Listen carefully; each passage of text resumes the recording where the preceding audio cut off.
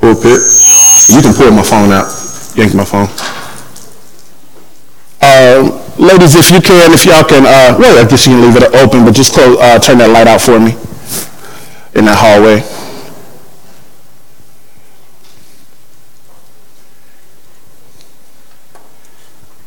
All right. One second. Hey, Trey, can you come close this door up here for me to the AV room? All right, everybody. Well, this is still a church event. Welcome, welcome, welcome. We're going to stand and open with prayer if you all wouldn't mind. So good to see everybody. Glad you all came to be a part of this. Amen. Well, Father, we thank you. We thank you for life, health, and strength. Thank you for just life in general, waking us up this morning, starting us on our way, giving us the full activities of our limbs. God, we're here because we love you. We're here because we care about your kingdom. We're here because we care about your kingdom work. And as we are here to perfect the ministry in which you've placed in our hands, we ask that you, still in this, receive all the glory, all the honor, and all of the praise out of everything that we do here today. God, give us an anointing that makes learning easy. Give us an anointing that makes retaining easy. And we're going to be careful to glorify and praise your name for it. God, we thank you for every household of faith represented here. Thank you for every pastor that is represented here.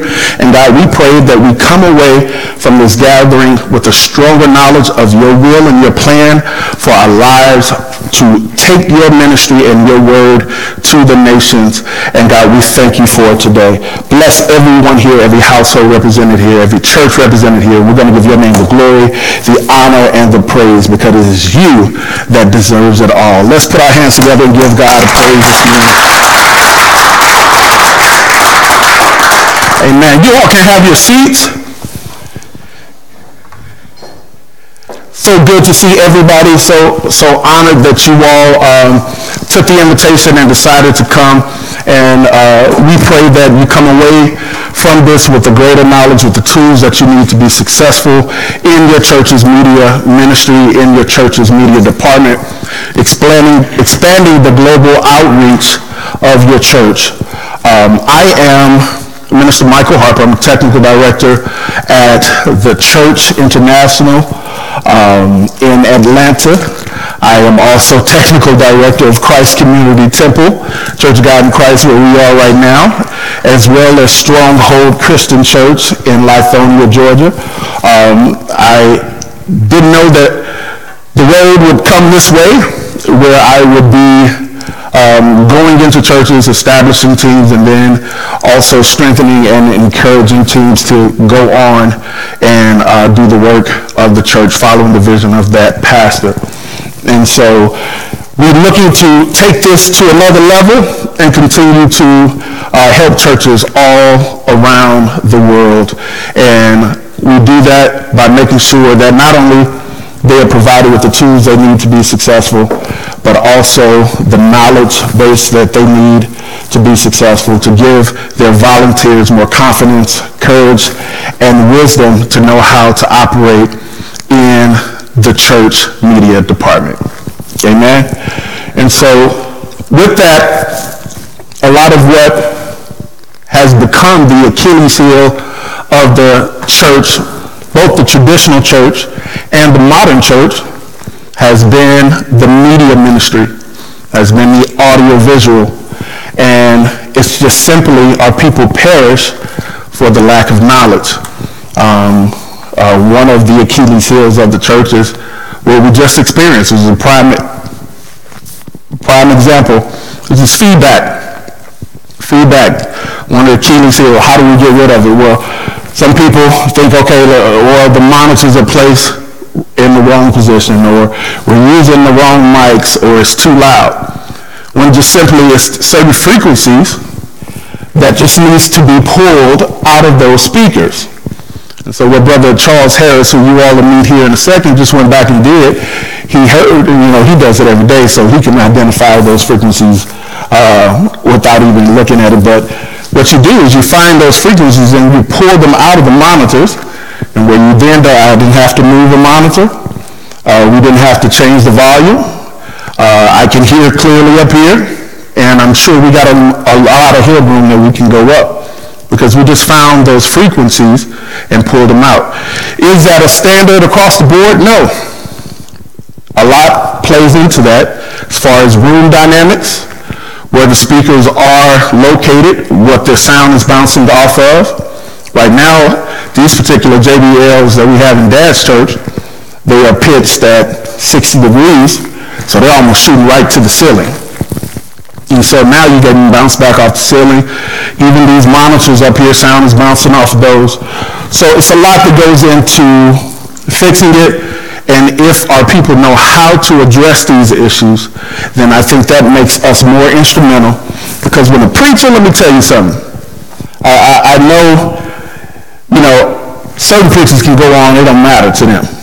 But typically with a gospel preacher, when they can hear themselves, I'm sorry, the members going to be mad at you, because they can hear themselves and they can feel like they can take their time. They're not going to rush through no sermon. I feel good up here. I can preach.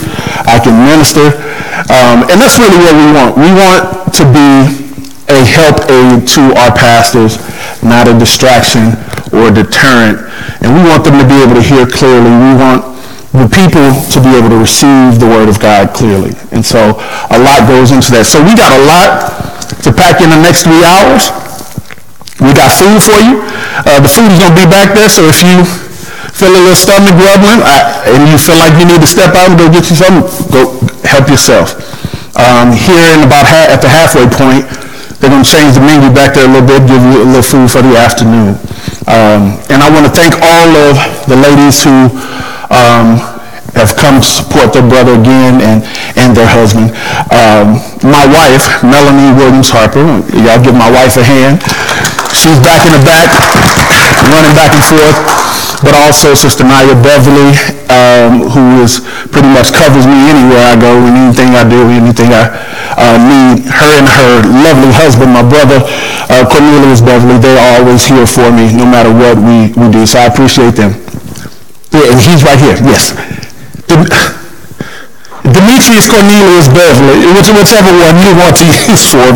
I appreciate him, but his wife is also back there, so y'all give Sister Naya a hand. And last but not least, Sister Rihanna has filled in and has helped and kind of was, the foot in my back to go ahead and do this and confirmation. We've been talking about this, Charles, I don't know, going on, 4 years now doing this. And finally, Sister Rihanna kind of, confirmed what the Lord had given us to create this atmosphere for you guys. So that's Sister Rihanna over there. And that leaves us, give her a hand. Now, what we want to do, we got some excellent things that are happening that we want you all to be a part of. And we're using your information that you submitted on the Eventbrite to keep in touch with you. But we see that a lot of people bought multiple tickets under one email. So what we're asking you to do is go over to Sister Rihanna when you get a chance. If you were not used... Oh, they already got a piece of paper rolling. So we're going to capture that information from you, and you'll receive updates, information. One of the things that we are doing starting in 2 weeks. How many of y'all know what Zoom is? You all got hip to Zoom meeting yet? Well, Zoom meeting is a video conference platform that allows for classes to be conducted anywhere over the world, all around the world. And what we'll be doing in 2 weeks, starting on every Thursday, is a training and development class for church AV volunteers all across the world. And we'll start and we'll go a little deeper into what you're going to learn today. We're going to go into audio 101, video 101, streaming, financial planning, how to raise capital for your church's technology, broadband, covering all of that, making sure that everyone, because a lot of people don't know, and really it's your responsibility of your church to make sure that anyone that comes to your church has access to internet, to Wi-Fi. Yeah, that's responsibility of the AV ministry. We'll cover that here shortly. But we cover how to get that set up. We have a full curriculum, and guess what? It's just totally free of charge. All you have to do, you have to register, And we have to be able to see your face. It's very interactive. We ask that you extend this to your volunteers that are looking to learn more. And we're going to send out the invite for that. We just want you to be there, and you can't miss more than 2 classes. All right? It'll be code activated. It's free of charge, but you'll be able to log on, get the information that you need. But we ask that we have to see your face because we want to be interactive. We want to hear what challenges you're having on Sunday morning and be able to address them, as well as make sure that we are giving you valuable information to take your ministry to the next level. Here today, you'll be able to go to church tomorrow, fix those issues, and get you smooth sailing. All right? But now, once we get you smooth sailing, address the issues that you're having, now it's time to take it to another level. All right? So our goal here today is to get those issues that you're having resolved immediately, and then let's start talking about the next 6 weeks, action plans that we can put together in the next 90 days to take your ministry to the next level. All right? Any questions, anybody? Yes, ma'am. Not yet. We don't have a time yet because we're working with multiple time zones. And so we want to take the registration, see where we are, because if we have a lot of West Coast people that are coming on, we'll probably have to slide it back as far as the time, starting at 6 p.m. West Coast, 7 p.m. Mountain, and 8 Central, 9 Eastern. So we're just trying to see where we fit to make it convenient, because we can't do it at 7 Central if people are still at work and we got a lot of registrants in California. Okay? So we're just kind of doing that gambling. We just ask that you all go ahead and register so we can kind of take a demographic of where our people are and be able to respond accordingly. All right? Any other questions? All right, so this one thing that we asked of you today, just like the Zoom meeting, we want this to be interactive.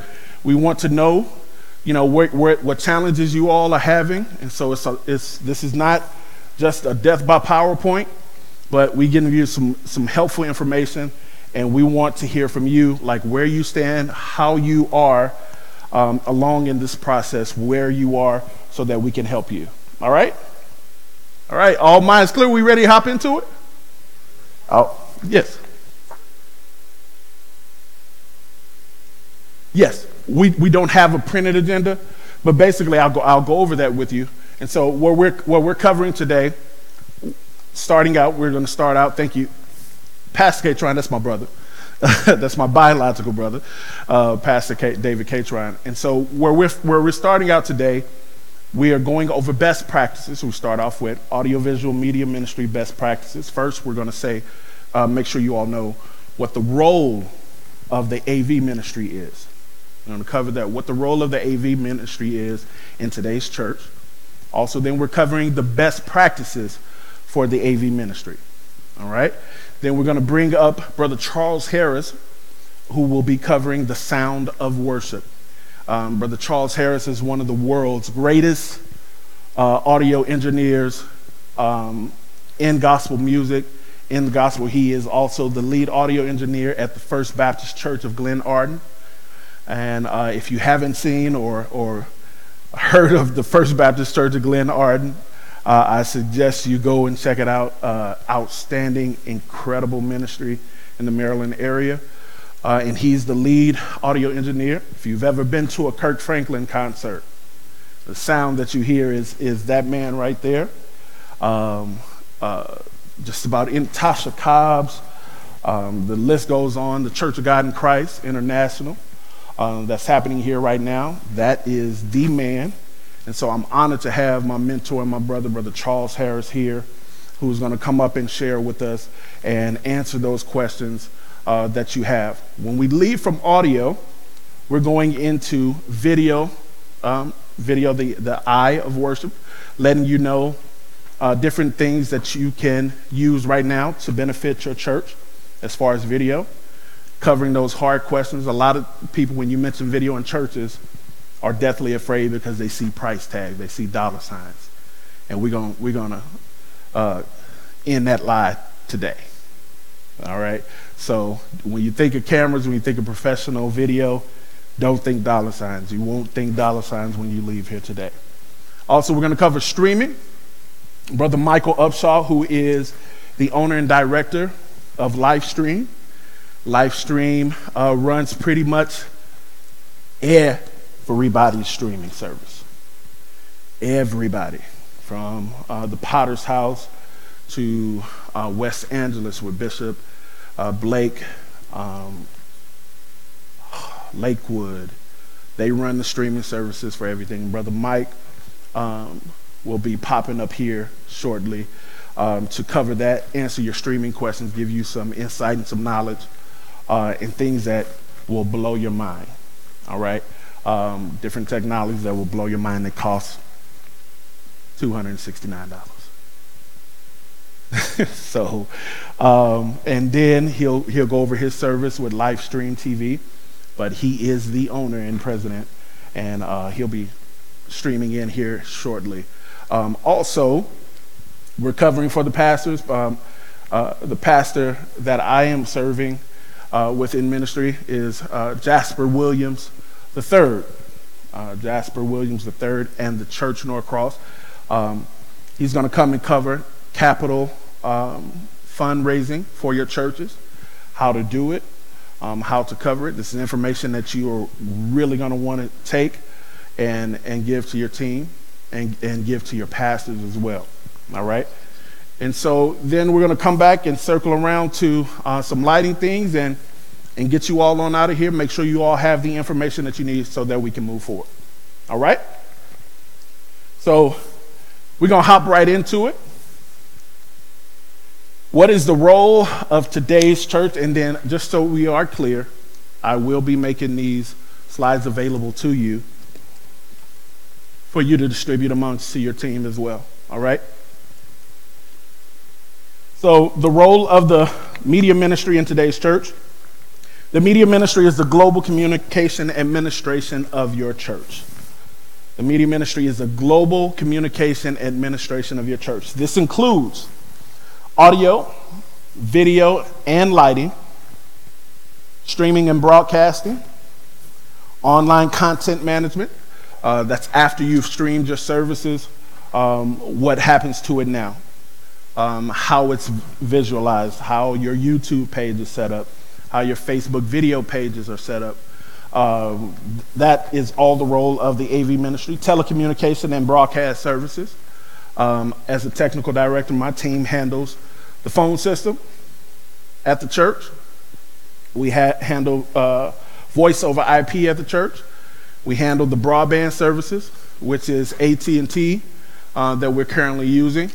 That's all that we do. We make sure that it's functional and working at all areas. That means putting up wireless access points, WAPs, at different locations. That's all a part of the AV ministry. Worship planning software, we make sure that's up and running.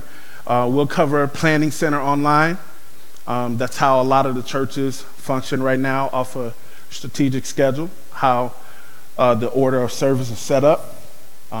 In Planning Center also, musicians are able to submit or minister of music are able to submit their music, also a link to that song, and so that the choir can go back before rehearsal and start preparing.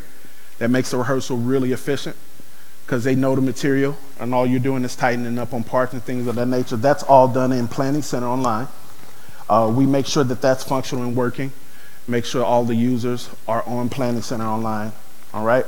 There are other softwares that are used for worship planning, but the kind of go-to right now is Planning Center Online. All right? Security surveillance infrastructure, we make sure that if there is a security camera system that is up and functioning. My father will probably be chiming in on his cell phone here in a minute and seeing what we're doing on the camera right there. He has a camera there. Also, Pastor Jasper has 3 or 4 cameras in the sanctuary at the door. We have rings here. At each entrance, we have rings at the door, so if there's any motion in front of the door, it'll send a notification to the pastor's cell phone or the appropriate people's cell phone, so you can see who's going on. We have 2 cameras up top here that can't nobody see. one in the corner over there as well. And that's all a part of it. All these are accessible through your cell phone. And so we can see what's going on down here at any point in time. Same back at our campuses in Atlanta. That's all a part of the AV ministry as well. Also, church management software. We work closely with the administrative team to make sure that the check-in system software for the children is always functional. Any issues or troubleshooting that we have there. Visitor software, when they fill out the visitor's card, how that's scanned in through Lenovo. We cover and manage that. So this is what your AV ministry should be doing.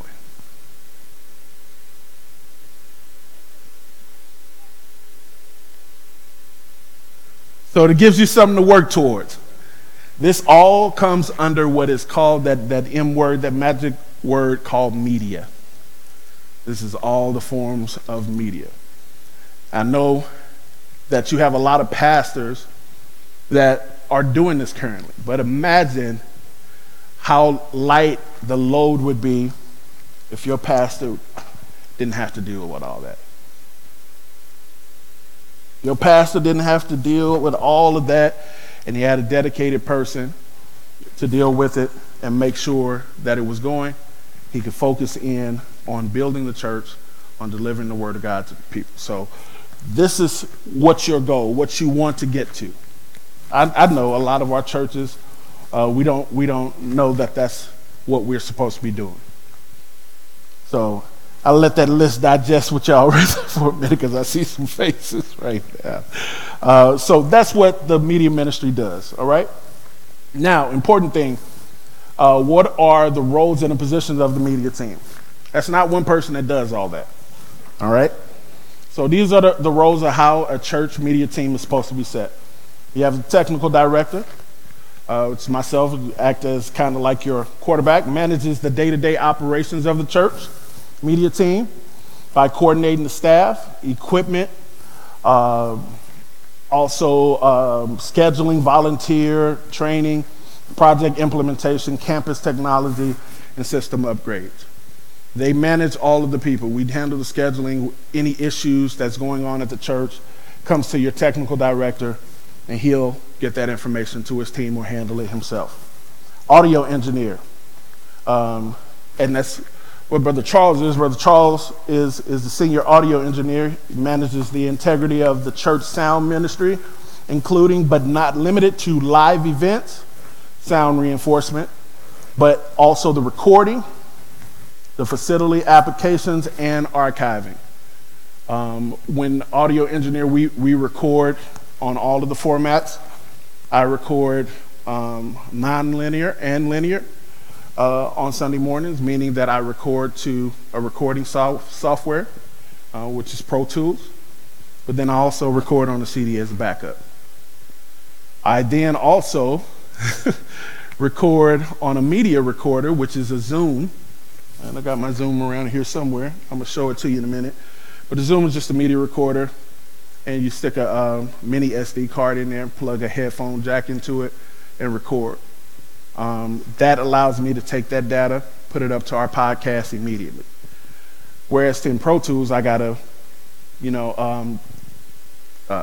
render it and then drop it down. But with the Zoom, I just take that card out, go to the Church Hero website, and I'll talk about Church Hero in a minute, and then I'll upload our podcast, and the service is ready for our partners before they get out on the parking lot. So before they get to their car and start it up, they can play back that service. Okay? So we'll talk about that in a minute, and what I mean by partners in podcasts. I see some faces already, but we'll go over that in a minute as well. Video director. His only job is to handle video. Basically directs all aspects of video production, both live and pre-recorded, commercials, video announcements, and presentations. This role also includes recording and archiving, just like I do. You'll find that my video director does the same thing I do. She's recording 2, possibly 3 different formats on Sunday morning. We have a backup to the backup of the backup. because we make sure that everything is there. All right?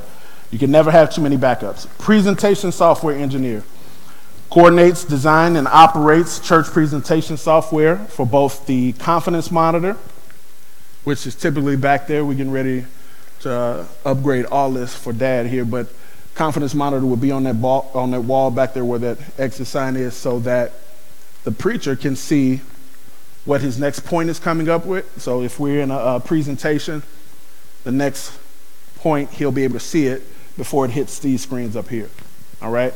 And so your presentation software coordinator just sits back there, and mine is Sister Taylor. She's back there here in St. Louis. That's Sister Taylor. She manages the streaming software, which right now we're using Proclaim, and we'll go over that in a minute. Proclaim is kind of the go-to, and I'll show how the benefits of Proclaim. But basically, I can build Christ Community Temple service from Atlanta, and it's on that computer when she comes in the morning. I do that for 2 or 3 other churches as well, and I'll show you how to do that. All right. Let's go to the next one. Systems engineer. This is, if you have a geek, a technology geek in the church, this is your systems engineer. His only job is to make sure everything is working on Sunday mornings.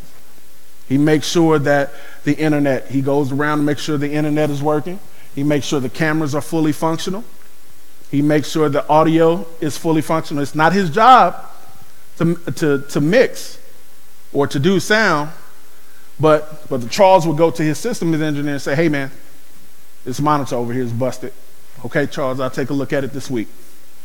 It's his job to make sure that gets working. Or the video person will come to him and say, hey, I'm getting some lag from camera 2 to camera 3 when I'm switching on my Blackmagic. Okay, no problem, I'll take care of that. Your system engineer just simply goes around and makes sure everything is functional and working, because the audio, the video, lighting, and all those people, they're laser focused on the service, and they have to have all of their gear working smoothly. All right? So that's system and lighting director. Lighting director works very closely with the video director, make sure that lighting temperatures are correct so that there's no washout going on. Make sure that the stage and the scenic all looks good on screen. And sometimes, people want to get up on stage and just crank the lights all the way up. Well, it looks good if you're sitting out here, but then when it gets back to Sister Taylor and she pulls it up and everything is washed out, then that's an issue. That's why you see these lights here, for instance. Our TV lights are slightly about 30 or 40%. They can go way brighter than that, but then it would compromise what's going on video. All right?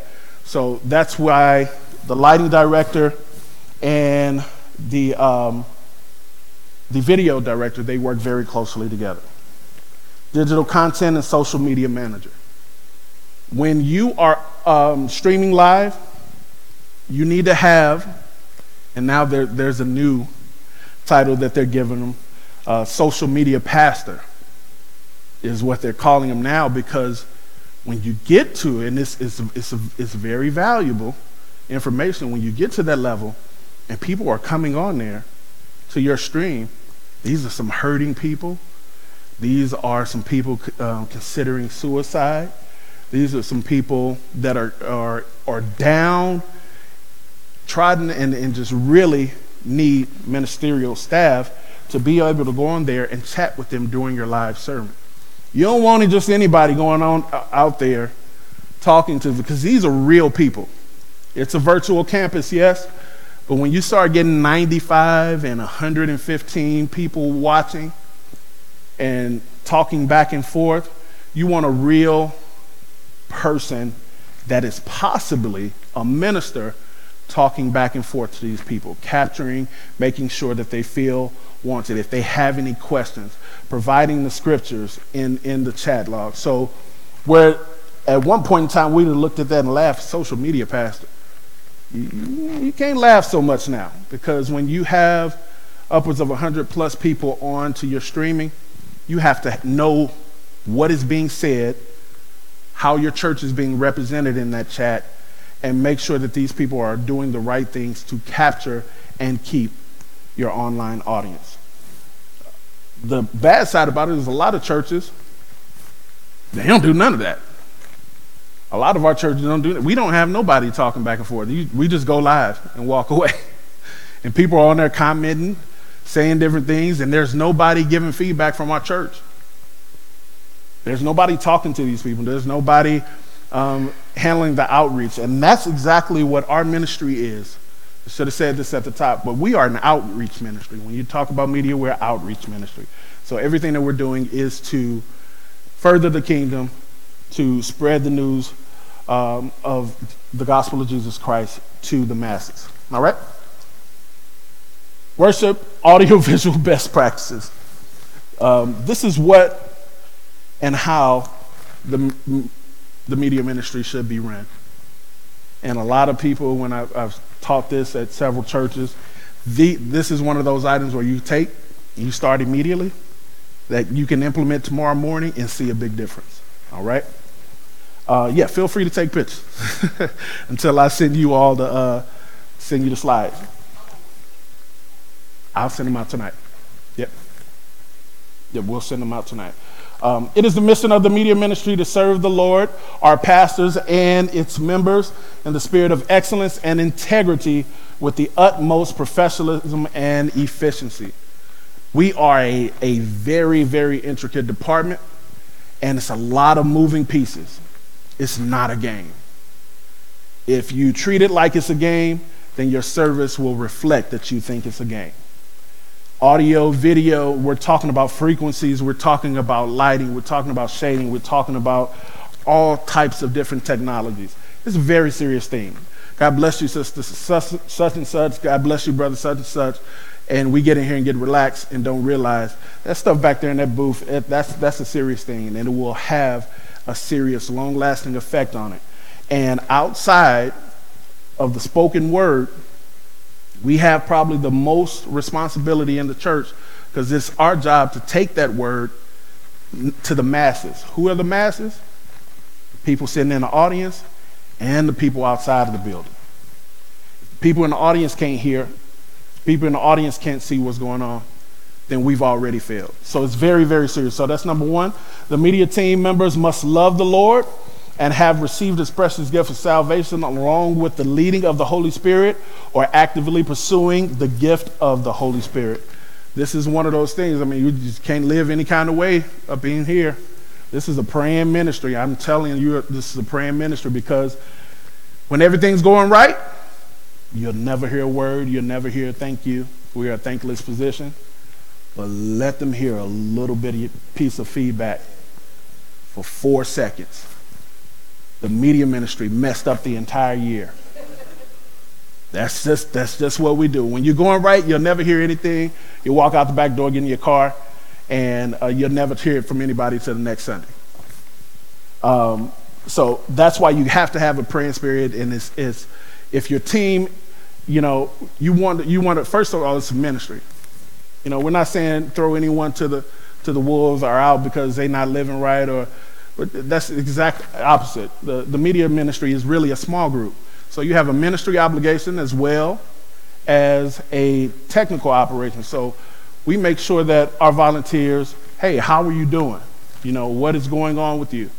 We need to push them towards making sure that they get where they need to go in their spiritual life as well, and not just using them because we need bodies, but actually caring about what they're doing and making sure they're growing as believers as well. The media members must be willing to volunteer, submit their gifts, talents, and abilities to the edifying of the kingdom of God as it pertains to the kingdom building efforts of the church.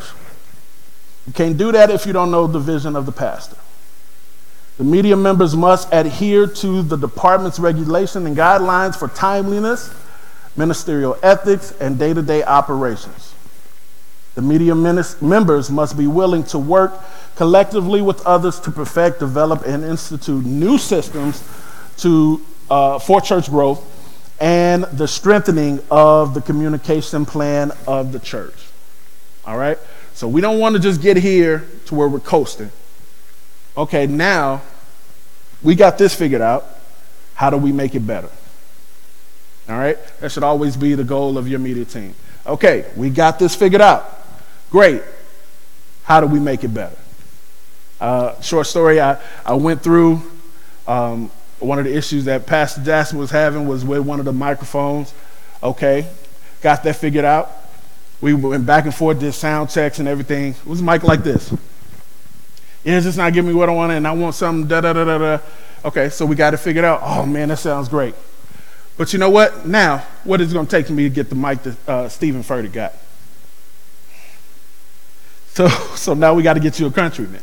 So, and that's kind of the same thing. It's like, hey, great, we got that figured out. How can we make this better? What's better than this? Now that we got this perfect and we got it to where we need it to be, what can we get that works better?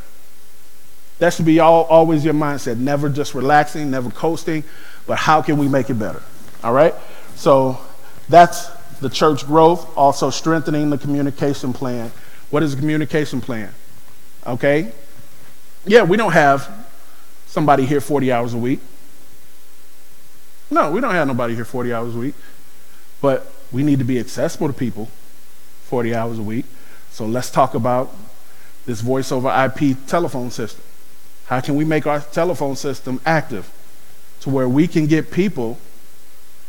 There are systems out there that will route your calls to 2 or 3 people on certain days. We got evangelism teams, we got ministers, we got elders that are always looking to preach, always looking for an opportunity to be accessible and service the church.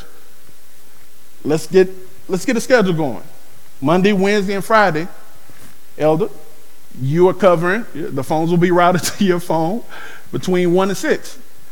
Because when people call your church, they need to be able to have access to a warm body, if not within the first call, within 24 hours of calling.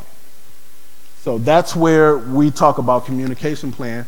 What happens when a person calls our phones at the church? What happens when the person goes to our website? What are they seeing? How can we improve about this? Do we have an app? What happens when they go to the app? So that's what the communication plan, that should be something that we're always looking to improve. All right? The church media members must efficiently serve the church and its bodies in the spirit of integrity as they represent the church both in service and in action. That don't need no explanation. The church media ministry must adhere to the schedule assigned to them or find their own replacement for their shift and notify department members. That's a little bit of Michael Harper in St. Louis coming out. Like, okay, you called in. Who's replacing you? Who did you get? Because everybody has everybody's number. I'm dealing with everything from video announcements to pre-recording and other stuff. Once I issue out a schedule, I issue out one schedule a month.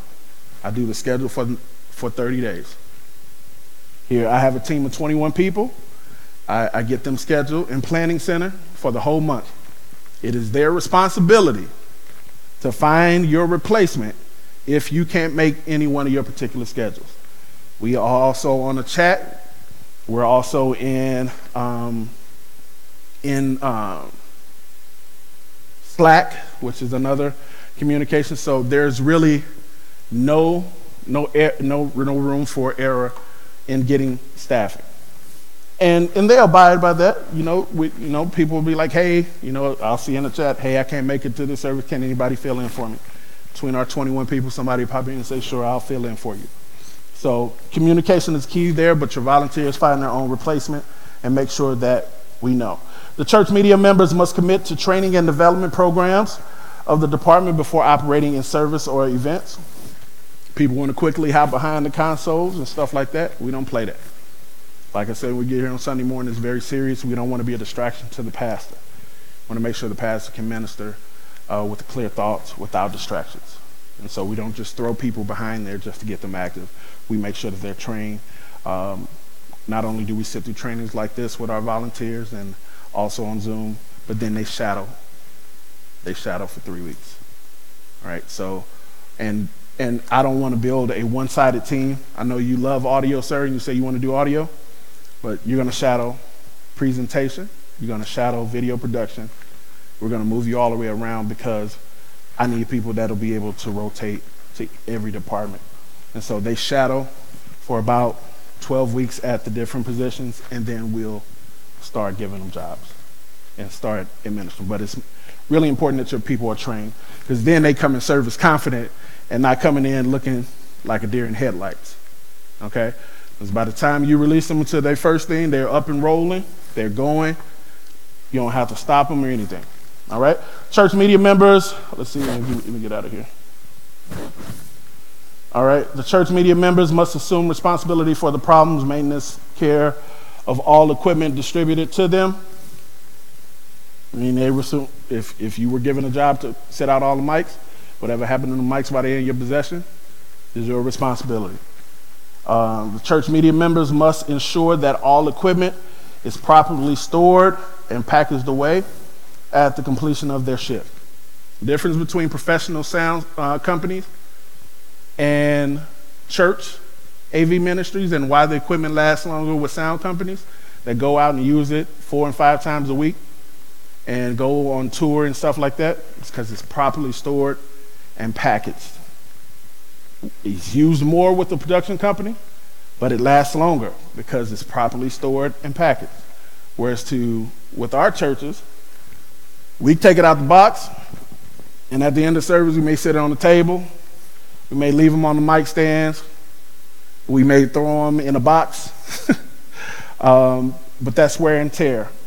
So we want to make sure that we spend the $60 to get a mic case that you can put all your mics in. Just spend the $60. The mic will last 3 times as long. Get a mic case. Mic case can be locked. You drop mics in each thing. It takes 5 minutes. Even your wired mics. Take them off after service, drop them in a mic case, go take them and lock them up in a room. It'll help them last longer. Rather than leaving them out, leaving them on stands where somebody can come up cleaning and it falls over, kids playing with them, just take the 5 minutes, unplug the wired mics, drop them in the mic case, go lock them up. It'll help it last longer. All right? So now, that was the hardest part. I'm done. Okay. So what challenges, we're going to open this up for you all, and we're going to open this up kind of to discuss what challenges, now that you heard all I gave to you, I know some of y'all are looking like, woo, I didn't know we were supposed to. Yes, you are supposed to do all that. So now, where do you all stand? What challenges are you experiencing in the operations of your media team? Where do you stand as far as everything you just learned and where you need to go? What are some of your challenges? Yes, ma'am. Okay. Okay. Someone else.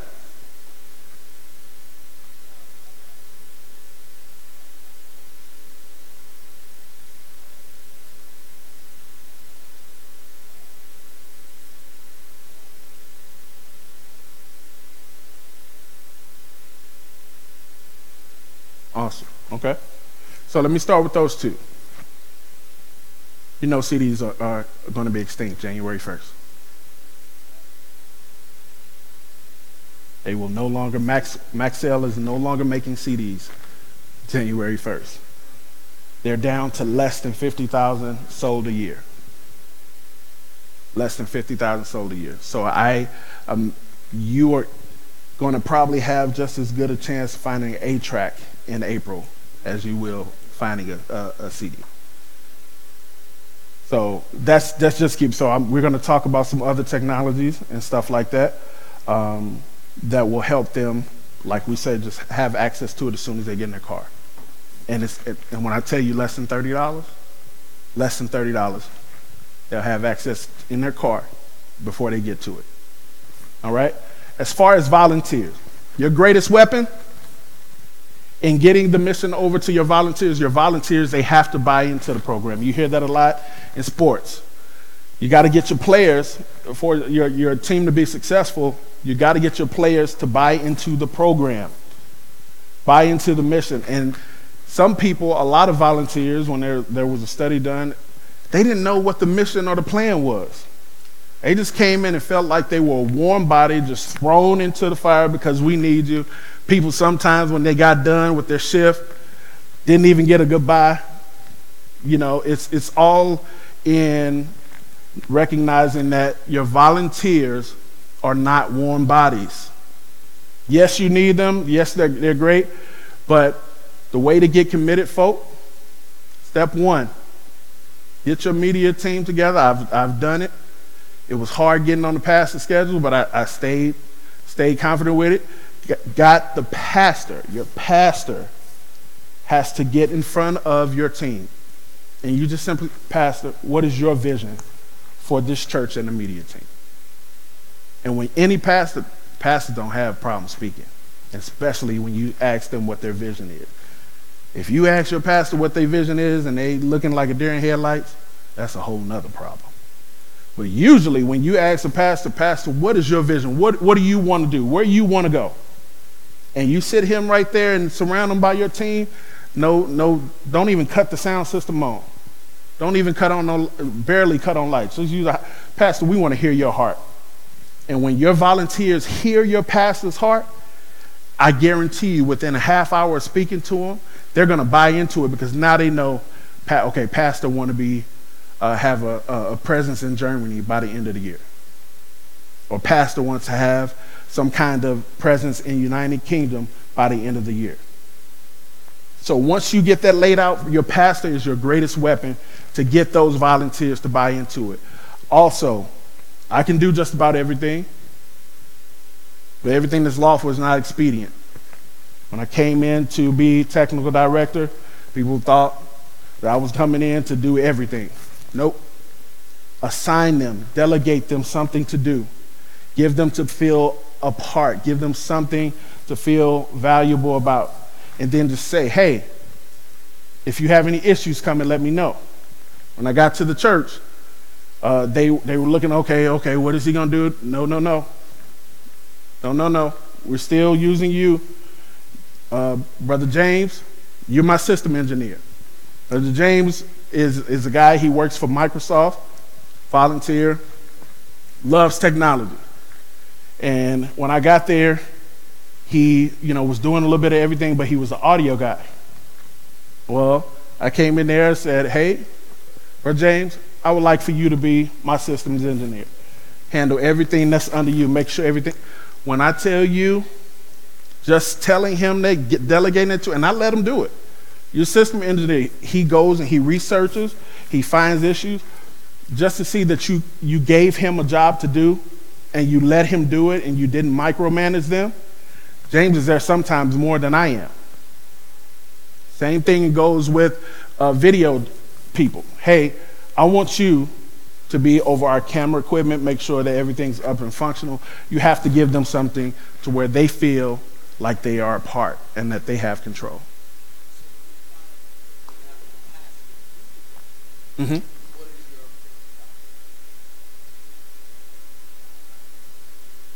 Mm-hmm.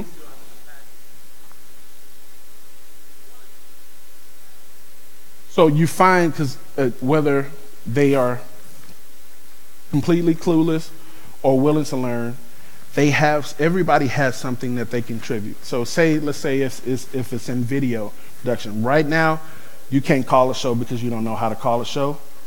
But I want you to make sure that everybody in the video team is scheduled. You're overscheduling. I want you to shadow the video director and make sure that you're picking all of that up that they're doing. And then I want you to send it to me, not only send it to me, but in a Google document, everything that you're learning, I want you to put in our best practice document and list it there. So when other volunteers come up, that you've already done the work, I want you to make sure that you're learning. So that's giving them a role to make them feel, as they are needed, which they are, because when you get other media or video volunteers in, that you can just refer them to that video best practices that person did. So you have to find something through conversation, through communication, where they can learn as well as feel needed and important to the team. Because everybody that has the ability to say their ABCs is a vital part to your team. So find that niche where they can contribute and learn. If they're not ready quite yet to get on the gear, okay, I want you to shadow and learn, but not just shadow and learn, but I want you to take down best practices, and I want you to go here and update it. So now you're learning, and now you've given them something that's really, really important for them to do, and it's going to benefit the whole team. So you just have to communicate with them, see where they can fit into your program, and learn at the same time. And most times that's coming through conversation. But even if they're not to that point, because sometimes you may have someone that thinks they know it all. Yeah, I see where you're going, but you may think that they know it all, but it's all in how you bring it to a person. Hey, right now, I want you to focus in on this because it's our goal to make sure that everything is going smoothly, and we're going to get some more training and development in here to get you up to what the sound of this house is or what the video of this house should be. And so it's all in how you bring it to them. Make sure that you are bringing value to them and making sure that you're bringing value to the ministry at the same time. All right? Any other questions? Anybody else? Come on, give me some more feedback. And Brother Charles, you get ready to head up in a second. What do you all feel as far as where your ministry is now and where we just learned?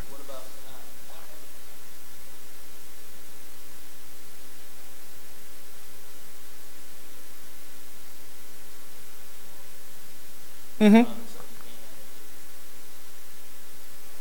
That's not necessarily true. You have to find, and through research, what works for your church.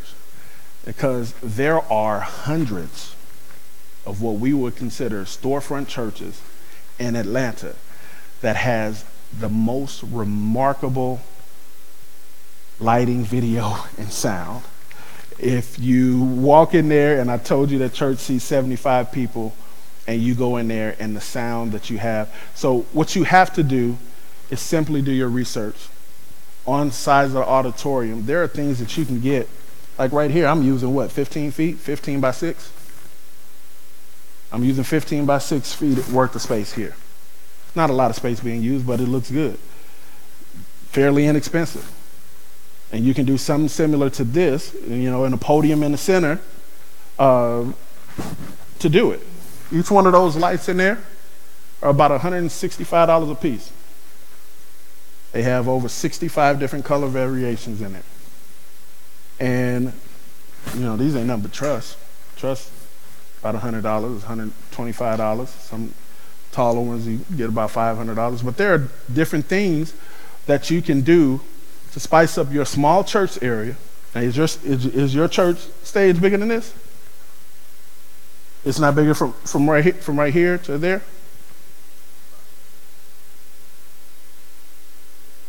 Yeah, so you could do uplighting in an area to kind of highlight and serve what your church needs. It doesn't take, you don't have to have the big, gigantic anything. It's just really doing the research and finding, and that's where, we'll come in through this relationship, because this is not just a one-off. We're not just going to give you all this information and walk off, but between myself, Brother Charles, and other members of our team, this is what we are here for, to make sure that we talk you through this, make sure that we get you what you need. Not only from an equipment aspect, so you in the room right now, if you're in this room right now, we have over 300,000 square feet of equipment to dispose to you all for up to about 25% less than what you're going to get from a store online. So you ain't got to worry about equipment no more. All right, we're going to leave it at that. You ain't got to worry about equipment no more. You ain't got to worry about getting everything spec'd out. That part of your worries is over. So now it's just getting what fits to your church. Now, when I say fits to your church, everybody don't need LED walls. Everybody don't need video walls. We have a gorgeous church in Atlanta that I'm going to leave nameless. Gorgeous church in Atlanta with a thriving and growing pastor. It's a beautiful cathedral-like church that is traditionally set with the woodworks and everything, and gorgeous church. And they messed it up and put a video wall in the middle of the pulpit. That church didn't need a video wall. Everything that's lawful is not expedient. Takes away from your set. And so now You have this gorgeous church, and you're covering it up in efforts to be relevant and stay modern, and you're actually doing more hurt than harm. I mean, more hurt than help. And so that big old, I mean, man, they got a video wall that goes from here all the way down. It's covering up all this gorgeous woodwork of this traditional church. They didn't change the pews. Pews still in there. Everything else. If you're going to upgrade, you need to upgrade the whole thing or leave it alone. And it really doesn't add anything to his pulpit. It actually takes away from his pulpit, and it's very busy in the background. So that's the whole thing. You have to find what works for your house. And what you see at John Gray, or what you see out at Lakewood, the one thing I do like about West A is that West Angeles stays true to their character. They are a traditional Church of God in Christ, and it's gorgeous. It's beautiful. It fits them. They don't have to have uplights and LED, but their stuff is perfect. They got the right lighting in there, and it fits their demographic, fits their cameras. All right? So it's all in developing your team. Anyone else? Where do you all feel you all stand as far as where this goes? Yes, sir, Pastor Katron.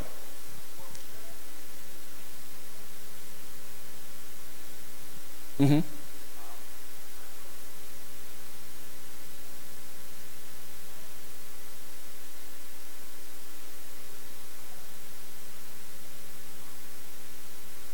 Mm-hmm.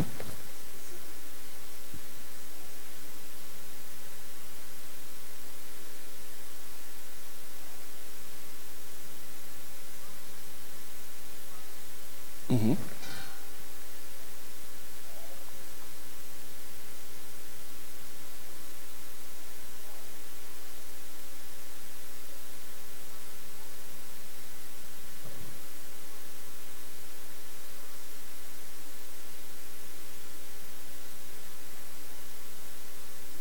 Mm-hmm.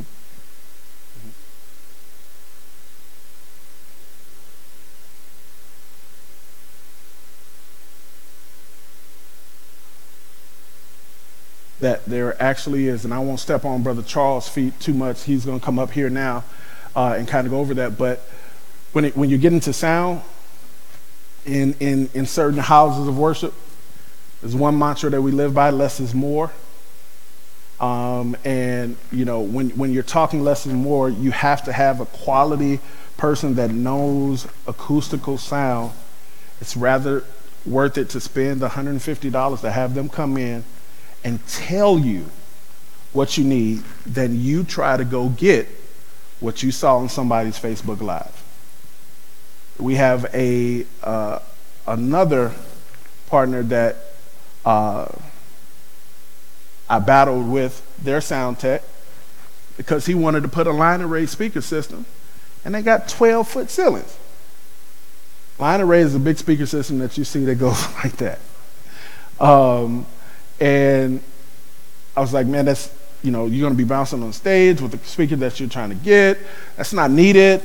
You really need to have somebody that has the acoustical expertise to be able to go in and say, I know that looks nice, but they got 35-foot ceilings. You don't need that, sir, because this speaker is not made for that. And to have someone go in to give you what you need, to spec out what you need. There are software programs that we get where we can put in the specs of your church, even how your church is shaped. Like you would see this whole environment. It asks, how high are the ceilings? 16 feet. How wide from that wall to that wall? 135 feet. It's a shame that I still know that about this church. How far from the front to the back? 45 feet. Okay, you put all that information in there, and it'll tell you how many speakers you need, what type of speakers you need, and what kind of environment it's in. Even in some of the more detailed ones, you can tell what are the surfaces. Metal surface, carpeted surface, drywall. And it will tell you the type of speaker that you need. And so the easiest way to go about that is to spend the money getting an acoustical engineer from one of the local integrators that will come in and tell you what you need and what's going to work best for you. Because where we may balk at getting the staff and personnel in there, that price, I got to pay him what just to come and tell me what? Do you want to do that, sir, or you want to spend $20,000 on something that you don't need? I'd rather spend $500 for somebody to tell me that what I need is only $2,500 than to try to guess at it and spend $10,000 and waste money. All right? Take one last one. Where you all feel you sit? Where do you sit right here? Any questions, comments, or concerns? Mm-hmm. Now that's great. Let me tell you something.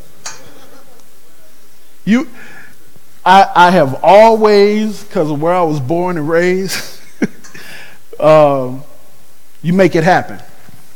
And where our church at one point in time couldn't afford a Draper or a daylight screen, I sat there and I said, how can I make this happen?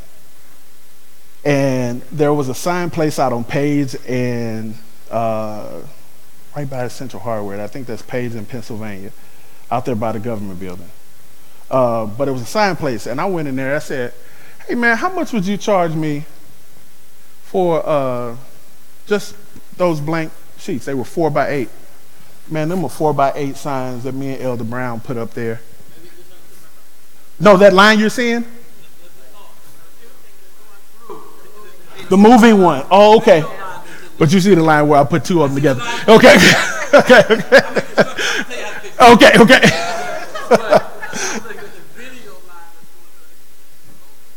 Right. Exactly.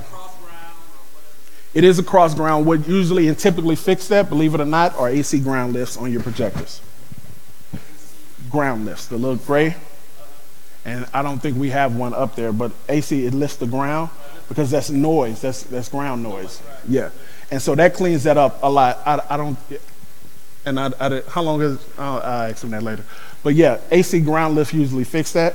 What typically that is from is that means that circuit that we're using with those projectors is sharing with a high voltage something. Knowing now I hear the air conditioner, it's probably sharing the circuit with an air conditioner. And when that air conditioner kicks on, you see that noise. What solves that immediately is putting AC ground lifts on your projectors to help clean that up and get direct power. If you want to do it right, put all of your lighting on their own circuit, or 2 or 3. Lighting shouldn't share with audio. And some people say video can share with audio. I don't. I separate video. Video is on their own circuit, and then sound is on their own circuit or 2. So you really want to get each one of your entities on their own circuit, projectors on their own circuit, audio on their own circuit, and video.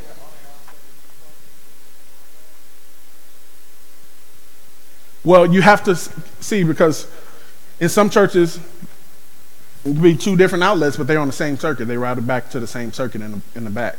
So when I say separate circuits, like wherever your lights plug in, make sure that they are on their own breaker or 2, for lights back in the back. Your sound on its own breaker or 2, for sound. So wherever you're plugging in, like back there we have 6 circuits. One's for audio, one's for video, and one's for lighting. They're all ran through Room X all the way back here, and they all have their individual circuit. We did not do that with these projectors because they're going right up, but they should be on their own circuit as well. Yes, sir.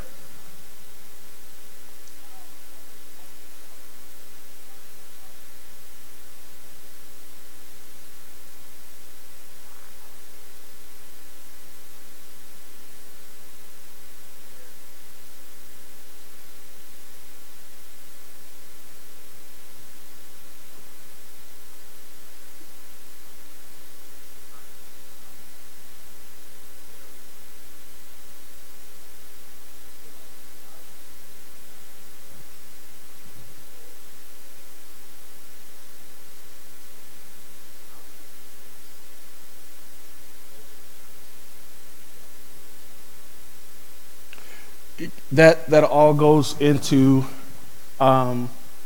communication and showing them how it's going to benefit the church.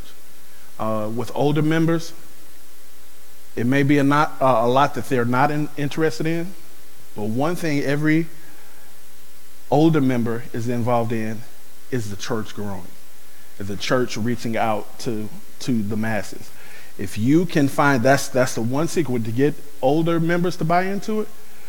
Tell them how it's going to benefit their church. Tell them how it's going to benefit for me to have. Are these lights going to bring more people in here? No? Okay, we don't need them.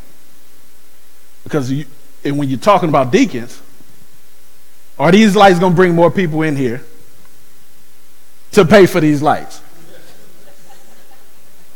No, we ain't getting them. And that's something that I learned from a Baptist preacher. Is like every purchase, as far as our Baptist brothers and sisters, every purchase, how can it pay for itself back? And really, it's, we may frown upon it in church. I mean, we ain't got to deal with that, man. Why are we thinking about? No, but it's really business. It's really business. Will this equipment allow me to generate funds to pay for it? Will it pay for itself? And that happens with a lot of your older membership. Okay, to get me to buy into this, how is it going to benefit my church? Oh, it's going to put more butts in the seat? Okay, great. Well, you just want it just because you want it? Nah, we're going to hold off on that. And so really sitting down and being able to show through whether it's a capital funding campaign or through it, whether it's a church upgrade campaign, sitting in a format like this, okay, mothers and senior leadership, this is what we want to do. This is how it's going to benefit us. This is how we're going to see immediate benefit to our services. Because older people, if they don't understand it, they ain't buying into it. And sometimes sitting down, I realize that too when talking. Before I send out an invoice for $60,000 new sound system to somebody that's older than 50 years old, let's get on the phone. I want to talk to you. I'm not just finna send you this invoice, sir. We finna talk, or we finna meet in person. Because once, at a certain age, they stop hearing anything you talking about once you've shown them a dollar sign. So you have to be able to explain to them, sit them down in the right environment, and show them how this is going to benefit the church.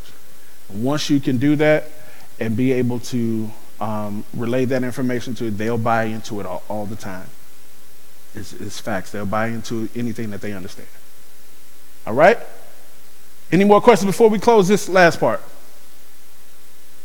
I would like to have you all help me welcome. We'll skip through this real quick. Brother Charles Harris, who is one of our mentors. He is a brother and a friend. He's going to talk directly over the audio portion of things, answer questions. He has a little bit different of a format that I think will be beneficial for you. So help me welcome with a warm welcome, Brother Charles Harris, the lead audio engineer at the First Baptist Church of Glen Arden. He's coming now. Thank you, sir. Appreciate you. Can we give Mike a hand, please? The visionary.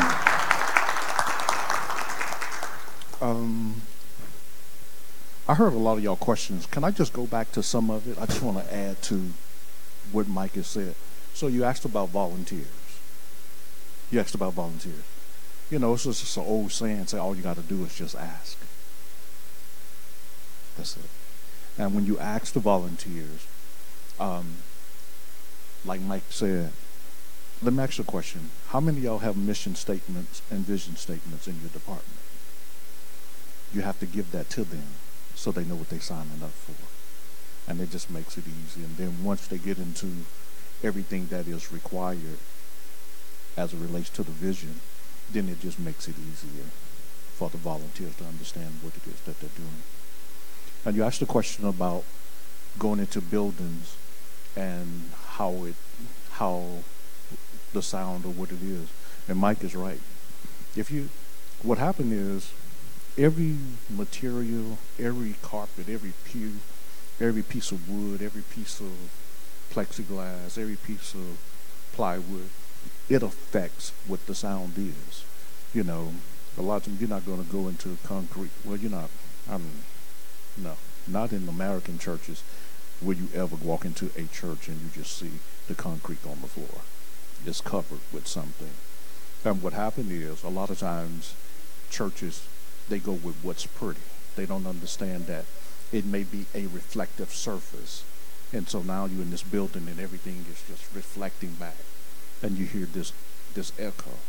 And so that's why there are pews that are in the church. So this material that's on pews, it is an absorption for sound. And so in the enlightenment, like our clothes that we have on, different colors or different material, even is a reflector or it is a buffer. And so it's those things that you have to consider. And most of the time, when I go into churches, I ask them, what is the demographic? Where do the mothers sit? You know, and because a lot of times they're going to wear their white, and it is 2-ply. You know, so it is that. So it's those things that you know about church history. So, again, my name is Charles. I just wanted to get in there and just get some of those things in. My name is Charles Harris, and I'm from Winston-Salem, North Carolina. I know Michael told y'all that I am the audio manager for First Baptist Church of Glenard, and where Pastor John Jenkins is the pastor. Y'all heard of the church? Yes, no, maybe so. Cool. So, I'm 50 years old. I just turned 50 May 5th. Well, I'm getting ready to be 51. So I've been doing this since I was 12 years old. Well, I started when I was 9. I've been traveling professionally since I was 12. I was John P. Key first sound engineer, and Shirley Caesar in that area, and then life kept going. So anyway, I don't really like to talk about myself, but I just wanted to give you that drop back of that nugget. Let me give you this. I was everybody's engineer except Yolanda Adams and Fred Hammonds. So your top 5 major artists, I was the engineer production manager. Okay? So we done with that? Okay, good. Hey. So what I teach the spiritual aspect of what sound is in the church. How many pastors are here? Cool. You in your pulpit every Sunday? Cool. So do you have a volunteer team, audio team, ministry team? From where I sit and where I serve in the ministry, I would ask you to say to your team, if you don't already, please always tell them thank you. Please always, you don't always have to acknowledge them, but what happened with us is y'all beat us up so bad that when we do right, we don't get no applause or we don't get anything behind it. And what happens with that, when y'all got the microphone and y'all talk to us over the pulpit, the people that can help us in the audience, they don't, because they don't want to come and serve. And it's something that's really dear to me. I'm breaking up as I say it to you, because what happened is, at the end of the day, we all have souls. We all come in here looking for something. And what I say and what I teach is that in real life, sound is really the most important part in any building, even before the roof get in. And yes, we know that the word is. We do know that. But if you didn't have this microphone, if you didn't have the things that you needed so we could hear, then we failed in ministry. Amen? And so that's what that is. And so how we teach and what we tell the people that come in and be a part of the ministry is that when the pastor opened up the doors to the church and you see the souls that come in, you're very much a part of what happened, because they was able to hear clearly. They was able to see, and that they know that their life needed to be changed. And when you die and you go to heaven, you see these 12 angels carrying this crown. It's like, whoa, what's that for? It's because all the times that we've served and we was able to help somebody and get their life together. And so that's how that happened. That's the important part of how we sit, where we sit, and why we serve. Amen. So y'all got to talk to me. I'm not going to stand up here and talk to y'all all morning. I don't have that gift. So I will say this to you. Let me share this with you. There's some insights that God has given me about the spiritual aspect of what sound is and what it means to the body of Christ. That in our churches, long time ago, now they building churches now, they taking and they're making cry rooms or baby rooms. How many of y'all got that in your churches? Nobody. Good. So, no, cry. You know, when the baby's crying and the people take their babies out of church, that do that. So let me. It's fine, but let me. So, in church, let me ask y'all this question. You're a pastor? No, you're not. You're a deacon. So, there's two types of church services that I reference. There's a funeral church service. There's a martyred Catholic church service, and then, you know, there's just holiness. What kind of service y'all have? There we go. Come on. So, if y'all just pay attention, next time the presence of God come in the room, listen to what the babies are doing. You'll hear the babies start whimpering in the atmosphere. Can I tell you why? Say yes. It's because they are pure. And they are the closest thing to God because of the pureness of who they are and how they, it doesn't matter even how they got here, but because they have not been tainted, the pureness of who they are, you'll hear, the baby will be crying, but then when you hear the atmosphere shift, you hear the baby start whimpering and feeling the presence of God in the room. Pay attention to it the next time you feel the atmosphere shift in the room. Amen? Yeah. So it's just one of those things, insight that God gave me about what happens in the atmosphere and when we sit and when we serve and how we affect what goes on in the atmosphere. Because at any time or any moment, any instrument can prophesy. And at any time, deliverance can take place. And I understand the scripture when God said that he gave Satan control over the air. Like Michael said, that when feedback happened, it's such a distraction. And in that moment of the distraction, that's when somebody's healing can be snatched away because they've been distracted. But in healing and deliverance, when it takes place, it happens in the atmosphere. And when the atmosphere is right, it's conducive, anything can happen. Creativity can happen. Ideas. I mean, it's how God does what he does. Amen? Cool. Please ask me a question. No question? Any question? Go.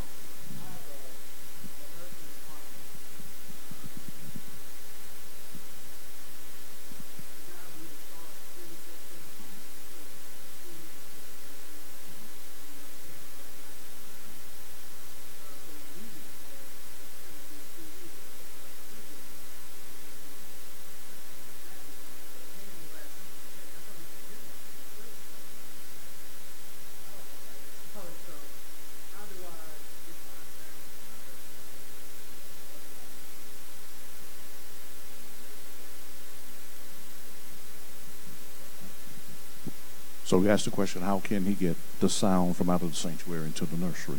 So in the hallway, do you have speakers in the ceiling?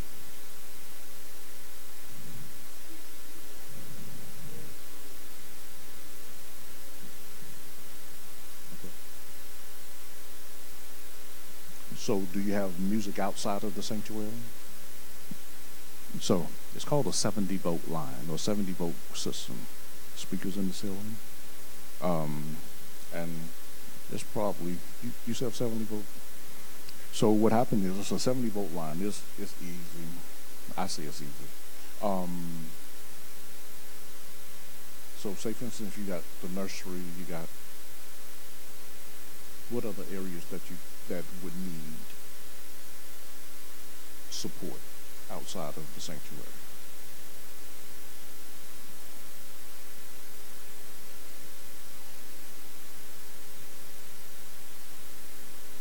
Right.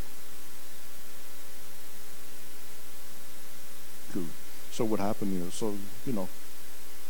speakers that are in elevators, it's on a 70-vote line, and so it's a separate amp that is just thin. You just mount the speakers up in the ceiling, and you just it's a 70-vote line. It's a 70-vote system.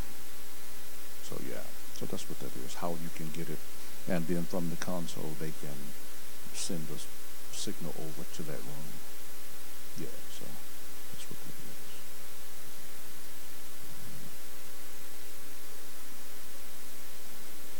The mixing come. Mm-hmm. Mm-hmm. Yep.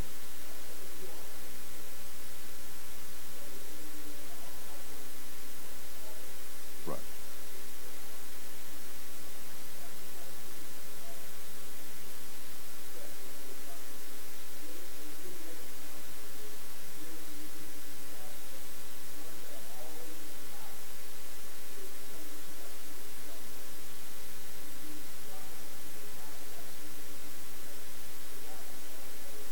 Exactly. Yeah. Yeah. Yes, sir.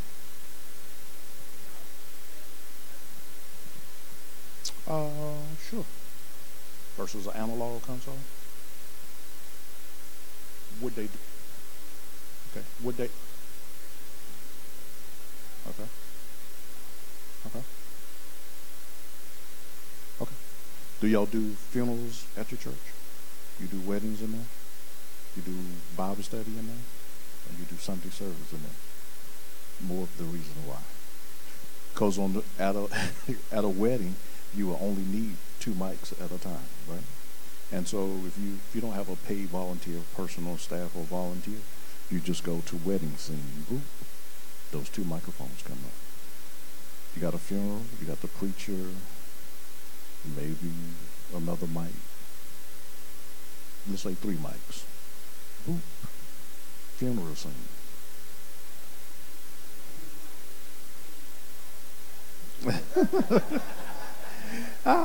So just tell them, say, Pastor, we got funeral service, we got a wedding.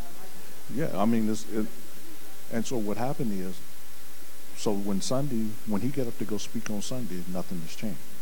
You just go back to the Sunday service.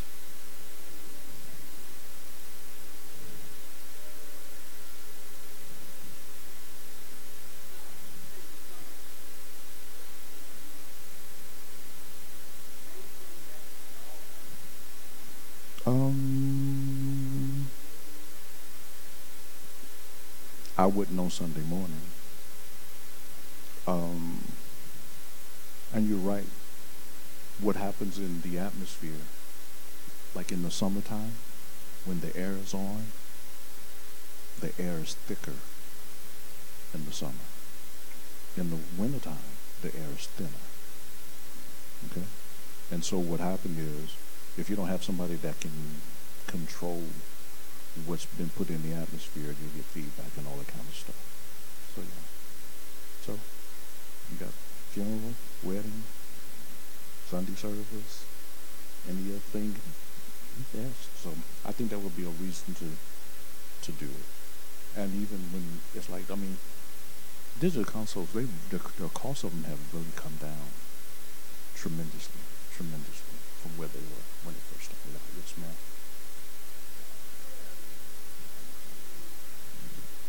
Mm-hmm.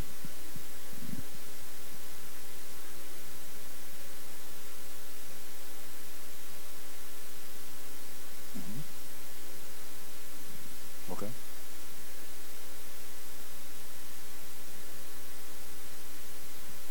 Mm-hmm.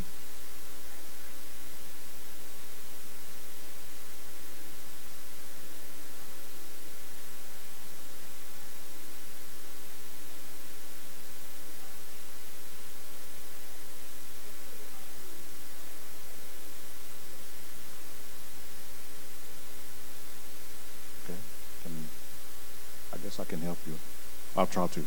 So what happened is, it's the same person doing the voiceover.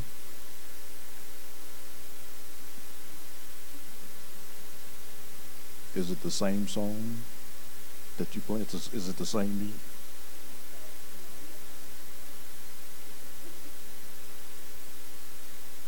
What software are you using? Final Cut Pro 10. So what happened is, when you take, what speakers are you listening to it on?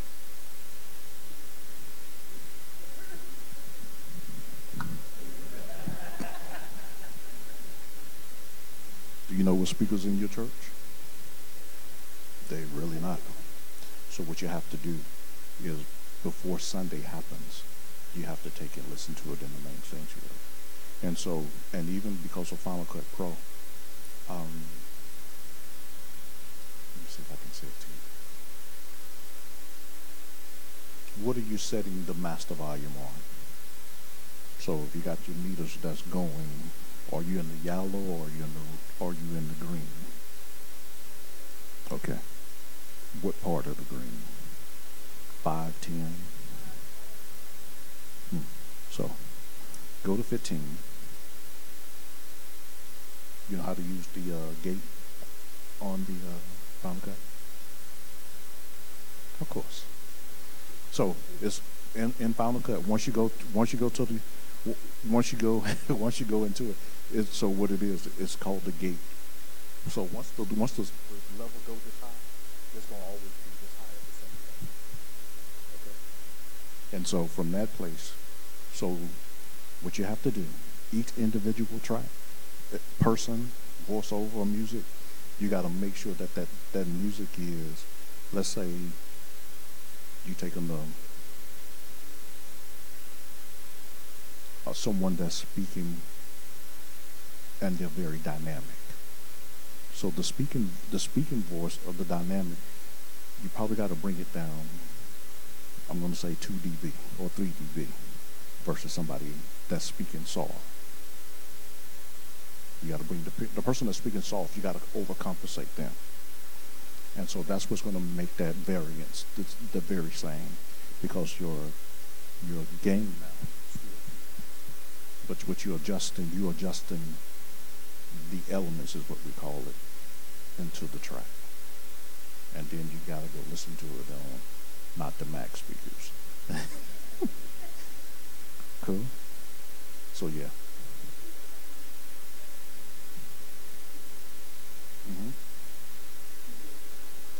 Right.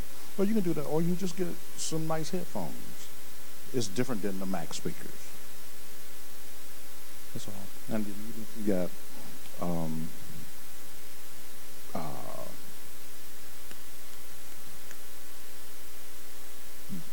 well, I was talking about, you're thinking about the speakers now. If even if she just had what's the K Pro, the K2, yeah. If you got K2 speakers and just bring them right out of your mouth, then you'll be well on your way. And then now all you need is a microphone. You can start singing. You got a great recording. Yep. You're welcome. So yeah.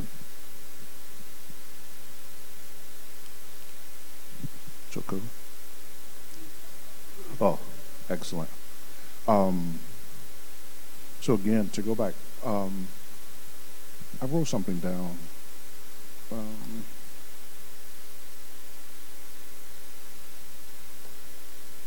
So can I ask, are y'all in media department, video and all that kind of stuff?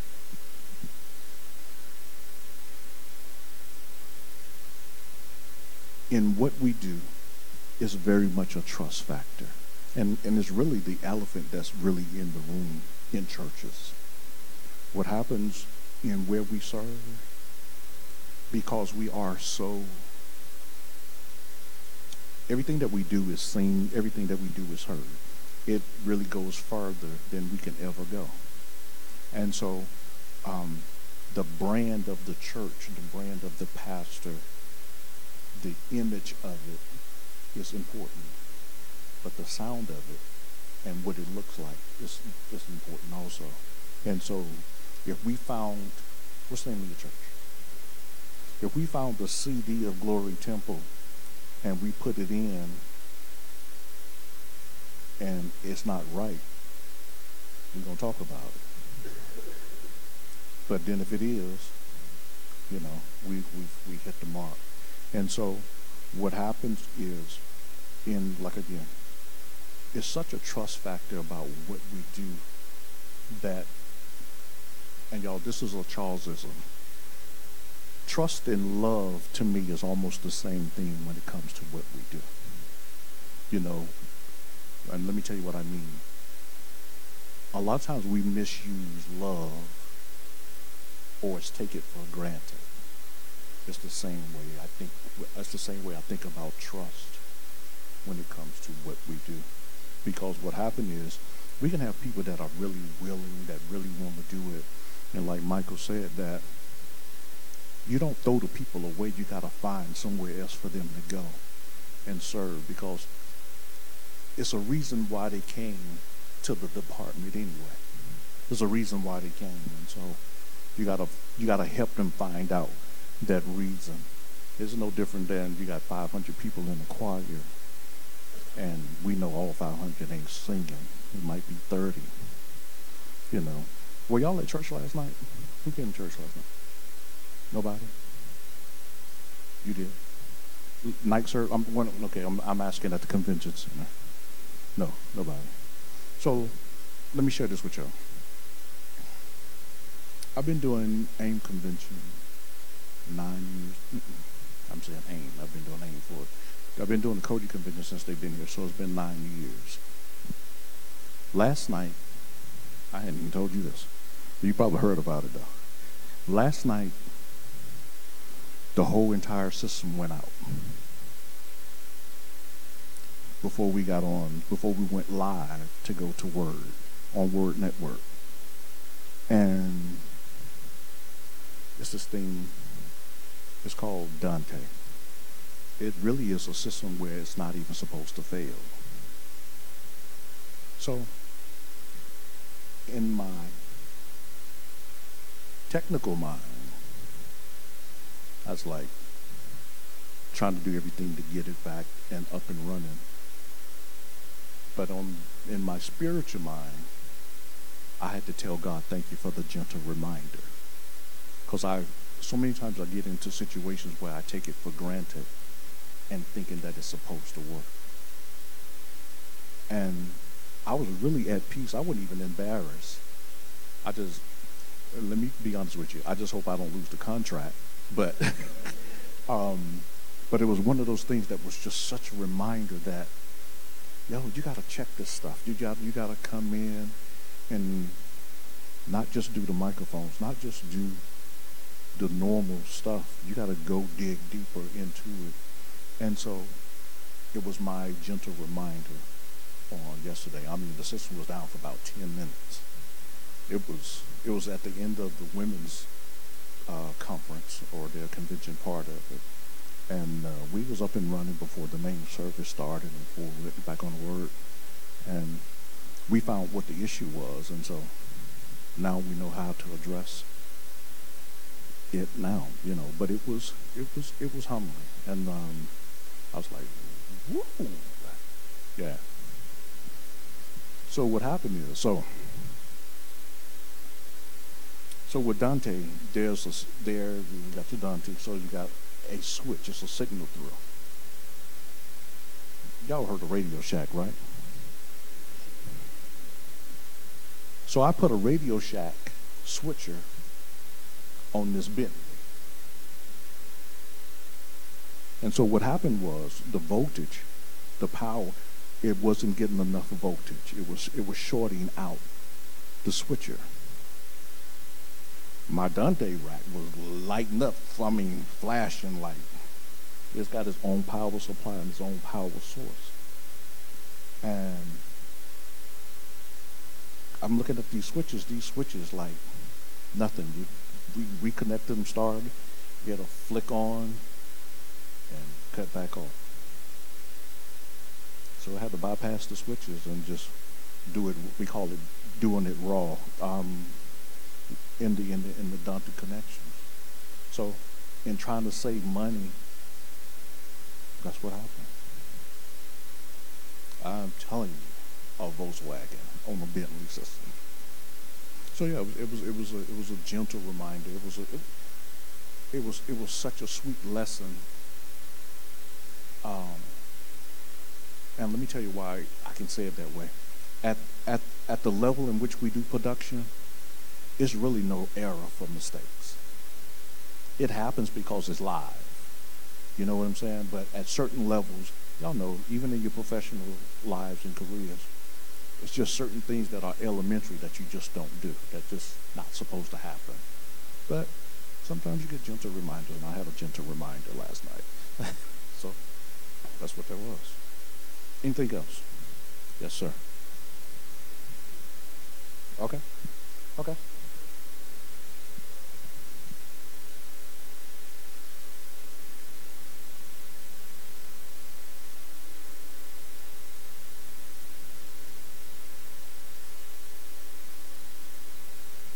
So how you do that, they all the microphones have to be the same system, first and foremost. So let's take a Shure system. When you get a Shure microphone package, let's say 12, Shure would give you the frequencies in, because you would have, at this time you would have bought the frequencies in this range. And you can always scan them, and so they won't have to step on each other to get interference. And so that's what that is. But if you got mix match, hodgepodge of wireless microphones, you're going to be in trouble. Because what happened is the antennas, there are certain antennas that go with certain systems, and you're just going to be in trouble. That's all I can tell you. So get away from that. Just get all the same microphones. Okay, your next question. Mm-hmm.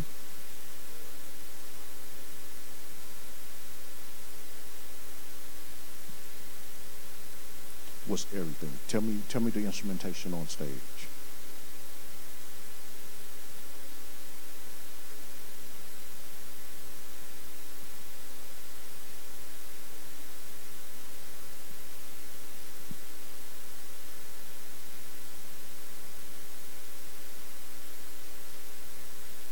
Is the Leslie on stage? That's your issue.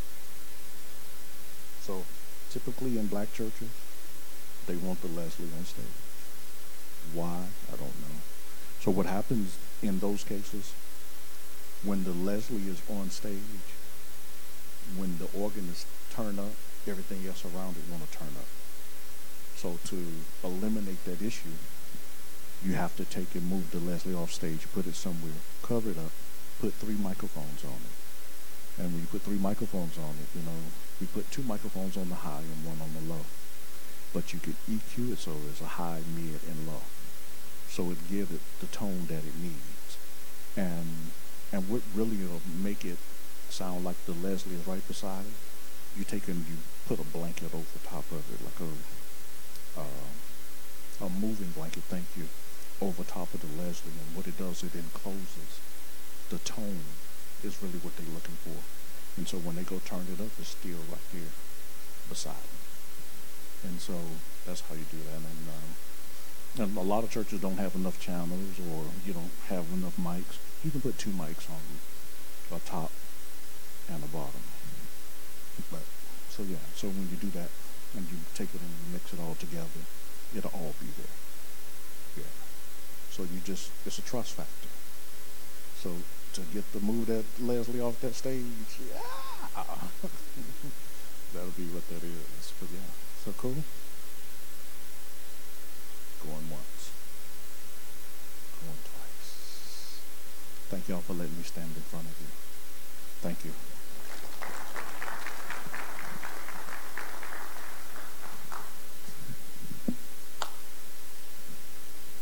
All right. We're going to kind of hustle through this one. Again, if you have not yet been over there to sign in the list, we want to keep in contact with you and make sure that everyone we get your information. All right. Thank you. Come on, give another hand to Brother Charles Harris.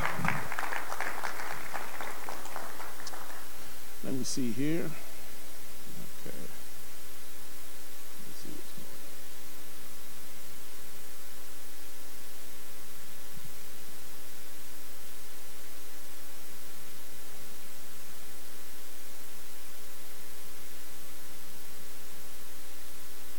on. All right, we are going to kind of stream forward here, and we're getting ready to. How you all feeling? You all need a break real quick? We're going to give you a break. And, babe, we good in the back? So this is what we're going to do. We're going to come back here roughly at about 1, let's do 1:10, 1:15. We have some food and some light refreshments. We ain't got no steak and stuff back there, y'all. But we do have some food for you guys to go back there and kind of enjoy. When you come back, you don't want to miss. Please come back. You don't want to miss this next part. It's going to give you some valuable information as it pertains to audio, video streaming, how to pay for it. Just to give you just to do a little foreshadowing. One particular church that we were working with, we're just given within 15 to 20 minutes of just filling out an application, a $60,000 loan in which they don't have to make the first payment on their loan for their AV equipment until 120 days. And in the meantime, in the interim, in that 120 days, they raised all the money. So before their first payment, they took some of the expertise that you're going to find out here and raised the capital and paid our partners back before they got a chance to even pay their first payment. We're going to tell you how to do all that. So make sure you come back. It's the most important part about this. But go back there. Please grab you some food and got permission from the bishop. We can make this a working lunch. We got plates back there, so you all can bring your plates back out here. Just be careful. But you all can bring your plates back out here. So what we're going to do is come back at about 12:11. And we'll have all that. You can bring your plates and everything back in here. And we'll have Brother Michael Upshaw with live stream be with us in about 10 minutes. Thank you all.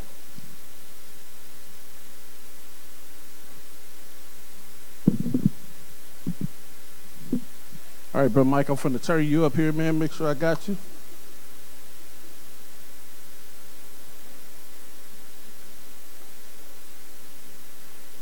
Go right out that door, that side door right there.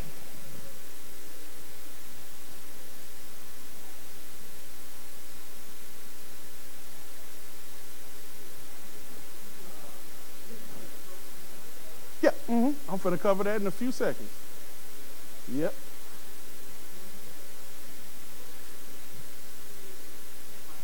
Yes, sir. Yep. Yes, sir.